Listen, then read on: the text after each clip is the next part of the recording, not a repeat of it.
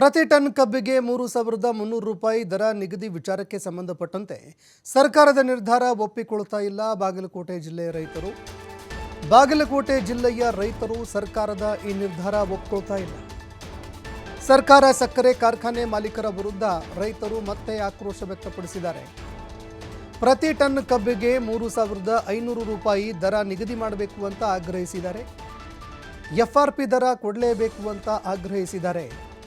3,500 ರೂಪಾಯಿ ಸಿಗೋವರೆಗೂ ರೈತ ಸಂಘದಿಂದ ಹೋರಾಟ ಮಾಡೋದಕ್ಕೆ ತೀರ್ಮಾನ ಮಾಡಲಾಗಿದೆ.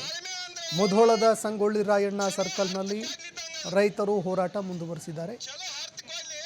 3,300 ರೂಪಾಯಿ ನಿಗದಿಗೆ ರೈತರು ಒಪ್ತಾನೆ ಇಲ್ಲ. ಅಷ್ಟು ನಮಗೆ ಬೇಕಾಗಿಲ್ಲ, 200 ರೂಪಾಯಿ ಮತ್ತೆ ಸೇರಿಸಿಕೊಡಬೇಕು.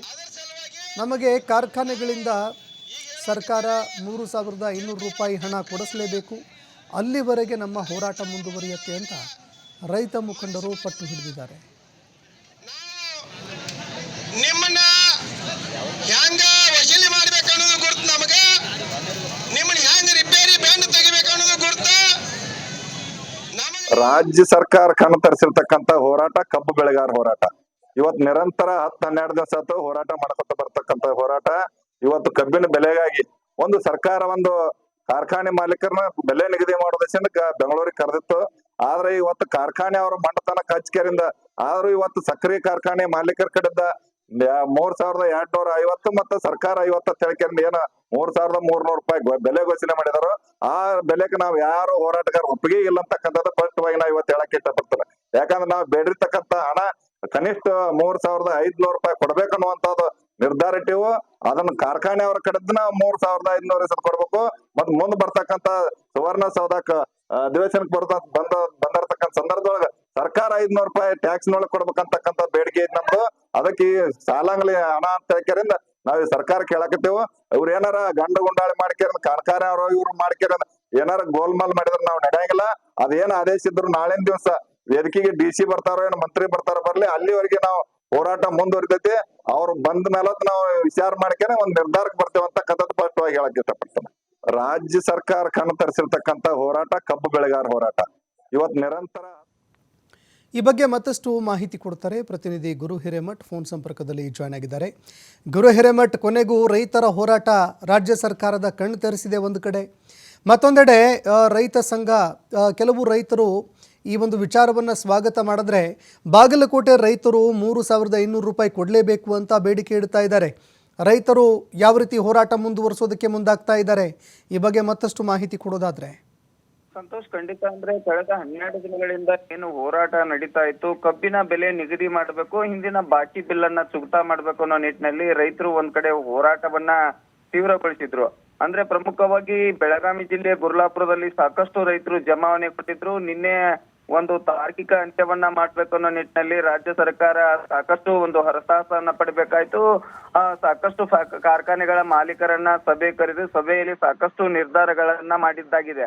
ಅಂದ್ರೆ ಸರ್ಕಾರ ನಿರ್ಧಾರವನ್ನ ಮಾಡಿರ್ತಕ್ಕಂತ ಒಂದಿಷ್ಟು ಮಾಲೀಕರು ಅಷ್ಟೇ ಒಂದಿಷ್ಟು ನಿರ್ಧಾರಗಳನ್ನ ಸರ್ಕಾರದ ಮುಂದೆ ಇಟ್ಟಿರ್ತಾರೆ. ಸರ್ಕಾರದ ಮುಂದೆ ಇಟ್ಟಿರ್ತಕ್ಕಂತ ನಿರ್ಧಾರಗಳ ಯಾವುವು, ಅದರ ಜೊತೆಗೆ ಏನನ್ನ ಸ್ಪಷ್ಟೀಕರಣ ಪಡಿಸ್ಬೇಕು ಅನ್ನೋ ನಿಟ್ಟಿನಲ್ಲಿ ರೈತರು ಒಂದ್ ಕಡೆ ಸ್ವತಃ DC ಅವರಾಗಿರ್ಬೋದು, ಸಕ್ಕರೆ ಮಂತ್ರಿ ಆಗಿರ್ಬೋದು, ನಮ್ಮ ಸಂಗೊಳ್ಳಿ ರಾಯಣ್ಣ ವೃತ್ತದಲ್ಲಿ ತಮ್ಮ ಬೇಡಿಕೆಗಳನ್ನ ಯಾವ ರೀತಿಯಾಗಿ ಅವರು ಮಾಲೀಕರು ನೀಡಿದ್ದಾರೆ. ಅದರ ಜೊತೆಗೆ ಏನಪ್ಪಾ ಅಂತಂದ್ರೆ ಸರ್ಕಾರ ನಮಗೆ 3,500 ಬೆಲೆಯನ್ನ ಕೊಡಬೇಕಾಗಿತ್ತು.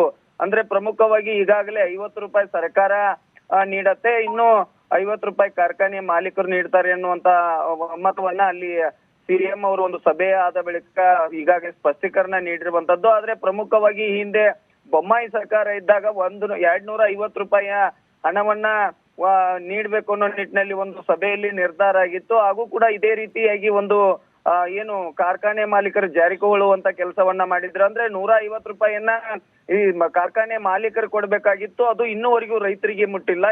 ಇದು ಕೂಡ ಒಂದು ಕಡೆ ಅಂದ್ರೆ ರೈತರಿಗೆ ಮೂಗಿಗೆ ತುಪ್ಪ ಒರೆಸಿದ ರೀತಿ ಇದು ಕೂಡ ಆಗಿದೆ ಅಂತಕ್ಕಂತ ಮಾಹಿತಿಯನ್ನ ಇಲ್ಲಿಯ ಬಾಗಲಕೋಟೆ ರೈತರು ಒಂದ್ ಕಡೆ ಪಟ್ಟನ್ನ ಕೂಡ ಹಿಡಿದಿರುವಂತದ್ದು. ಅಂದ್ರೆ ಪ್ರಮುಖವಾಗಿ ಈಗಾಗಲೇ ಯಡಿಯೂರಪ್ಪ ನಾಯಿ ನೆಗಲಿನಲ್ಲಿರ್ತಕ್ಕಂತ ಒಂದು ಕಾರ್ಖಾನೆಯ ಏನು FRP ಪ್ರಕಾರ 3,211 ರೂಪಾಯಿ ಈಗಾಗಲೇ ನೀಡ್ತಾ ಇದೆ.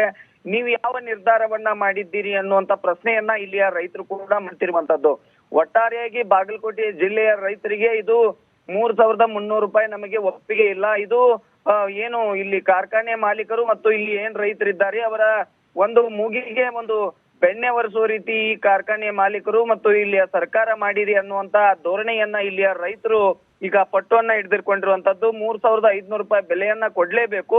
ಅದರಲ್ಲೂ ಕೂಡ ಈ ಹಿಂದಿನ ಬಾಕಿಯನ್ನ ನಮಗೆ ನೀಡಿ ಕಾರ್ಖಾನೆಯನ್ನ ಪ್ರಾರಂಭಿಸಬೇಕು ಅನ್ನೋ ನಿಟ್ಟಿನೊಳಗೆ ಈಗೂ ಕೂಡ ರೈತರು ಒಂದ್ ಕಡೆ ಪಟ್ಟನ್ನ ಹಿಡಿದಿರುವಂತದ್ದು. ಇವತ್ತಿನ ಸಭೆಗೆ ಏನು ಸಕ್ಕರೆ ಸಚಿವ ಶಿವಾನಂದ ಪಾಟೀಲ್ ಅವರು ಬರ್ತಾರ, ಅದರ ಜೊತೆಗೆ ಇಲ್ಲಿರ್ತಕ್ಕಂಥ ಬಾಗಲಕೋಟೆ DC ಅವರು ಯಾವ ರೀತಿಯಾಗಿ ನಿರ್ಧಾರವನ್ನ ತೆಗೆದುಕೊಳ್ತಾರೆ, ನಮ್ಮ ಮುಂದಿನ ನಿರ್ಧಾರವನ್ನ ನಾವು ನೀಡ್ತೇವೆ ಅನ್ನುವಂತ ಮಾಹಿತಿಯನ್ನ ಕೂಡ ರೈತ ಈರಪ್ಪ ಹಂಚಿನಾಳ್ ಅವರು ಕೂಡ ಮಾಧ್ಯಮ ಜೊತೆ ಕೂಡ ಹಂಚಿಕೊಂಡಿರುವಂತದ್ದು.